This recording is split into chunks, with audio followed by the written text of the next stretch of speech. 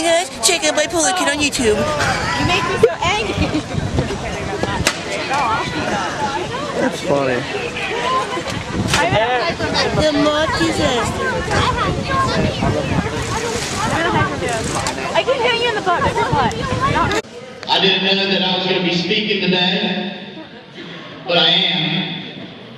And the first thing that I noticed when a lot of you guys walked outside or you walked through here is you weren't sure how serious it was going to be.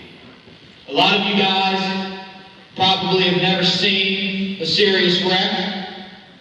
You've probably never seen somebody die right in front of you. I have. I have a lot of stories that I can tell you to get a few points across. First of all, I heard a lot of you say, well, that wreck does not look that bad. Let me tell you something. I've heard about a few wrecks. I saw a few wrecks, and they don't look that bad. I was a freshman in high school, the same age as a lot of you kids, when I experienced the first casualty. Miss Teasy probably knows very well because her daughters went to school. There was a senior. He was an all-star running back at East Central High School. He died on North Dearborn Road. He wasn't drunk. We didn't have cell phones back then. He was driving down North Dearborn Road, ran off the road, hit a tree, going 40 miles an hour. He was conscious when the ambulance got there. He talked to the people that treated him, and he died of internal injuries. It doesn't take that much. 2 years later, I was a junior.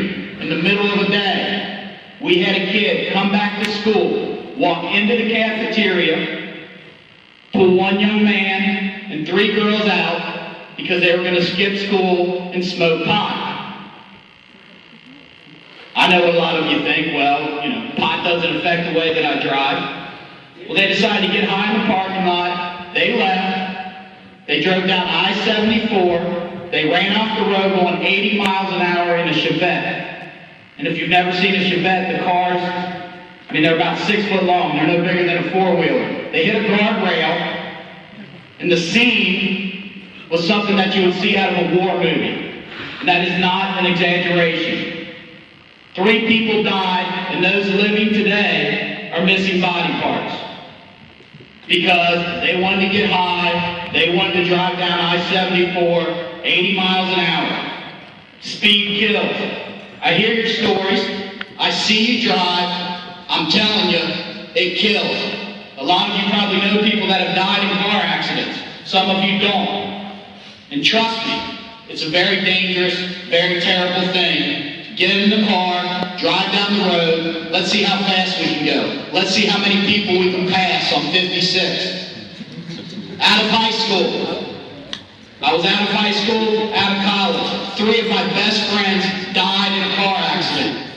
They were drunk. They did it every weekend.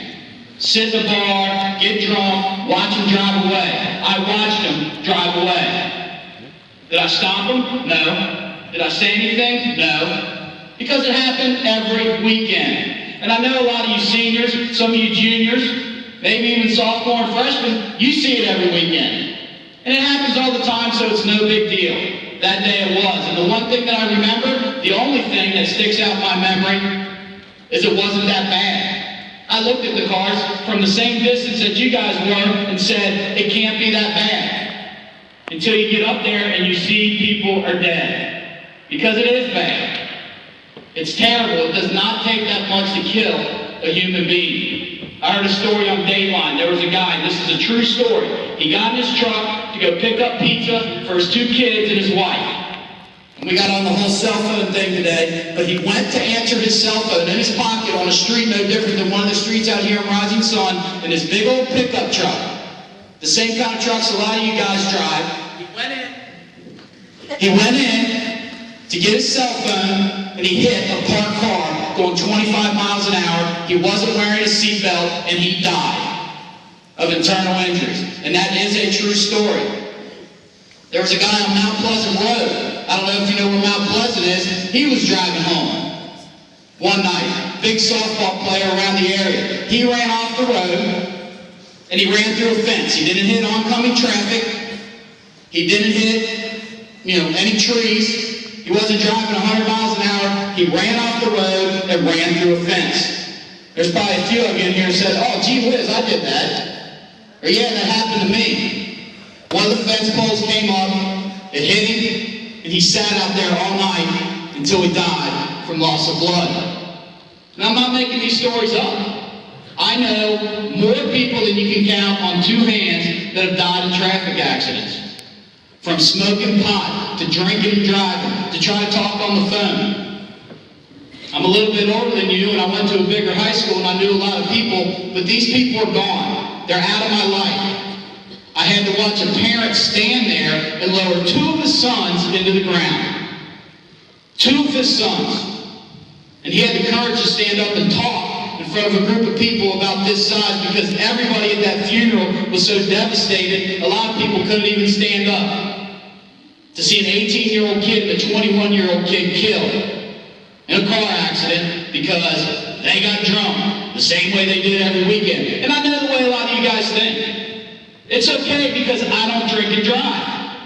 We go out to somebody's house and we drink beer, and that's okay because we don't drink and drive. We give our keys to their parents, we turn our keys in a basket, whatever, it's okay, we'll sit around, we'll get drunk. That's all right, because we don't drink and drive. But if you live that lifestyle now, let me tell you something, you will drink and drive. Because when you turn 21, 22 years old, it's not cool to spend the night at people's houses anymore. So, oh well, we drink and drive, but not that much. And then it becomes a weekly thing, it becomes a habit. And I had a big group of friends, and that's what they did. They hung out at people's houses all through high school, and they drank and they got drunk. No big deal. It's what everybody does. All right, now, every single one of them that I know, they're either dead or they've been arrested for DWI. Because it's a lifestyle, it's a choice, and it's a habit. And I know a lot of you guys, and the main theme today was texting and driving. It's so dangerous. And I'm not going to lie, I sent text messages in my car. And you guys that know my old Honda Accord, that's why I was missing a rear view mirror. And I had my kids in the car.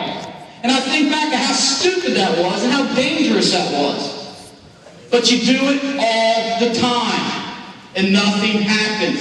It only takes one time. And I know you hear that from your teachers, and you hear that from their parents, or from your parents, but it's the truth. It only takes one time. All right, 1 second to hit oncoming traffic. 1 second to be hit by someone, and that's it. I know. I've seen it. Many people, many of my friends have died and passed away because they drink and drive, they drive without seatbelts. Guys, that's about all I have for you today. And I hope that message got through to some of you because a lot of you, like you said, you walked outside, you saw the accident, and you said, it doesn't look that bad. A lot of them don't. Some of them look horrible. The stuff you see on the news looks horrible. The wrecks that I saw where people died, they didn't look that bad. And you think the worst possible scenario, if I walk up on this accident, somebody's going to be hurt. And then you find out, guess what? Somebody's not hurt, somebody's dead. And then 5 minutes later, another friend dies. And the other boy that was with him, they didn't even find him until hours later because he was thrown hundreds of yards from the vehicle. And it didn't look that bad. That's it. We will be reporting back to 6th period. Thanks, ladies. Before you guys leave, I'd like to thank the EMS, the Ohio County Rising Sun EMS, and all you guys that participated in the mock disaster outside. I know you guys aren't here. You did an outstanding job. Thank you. And they all fall.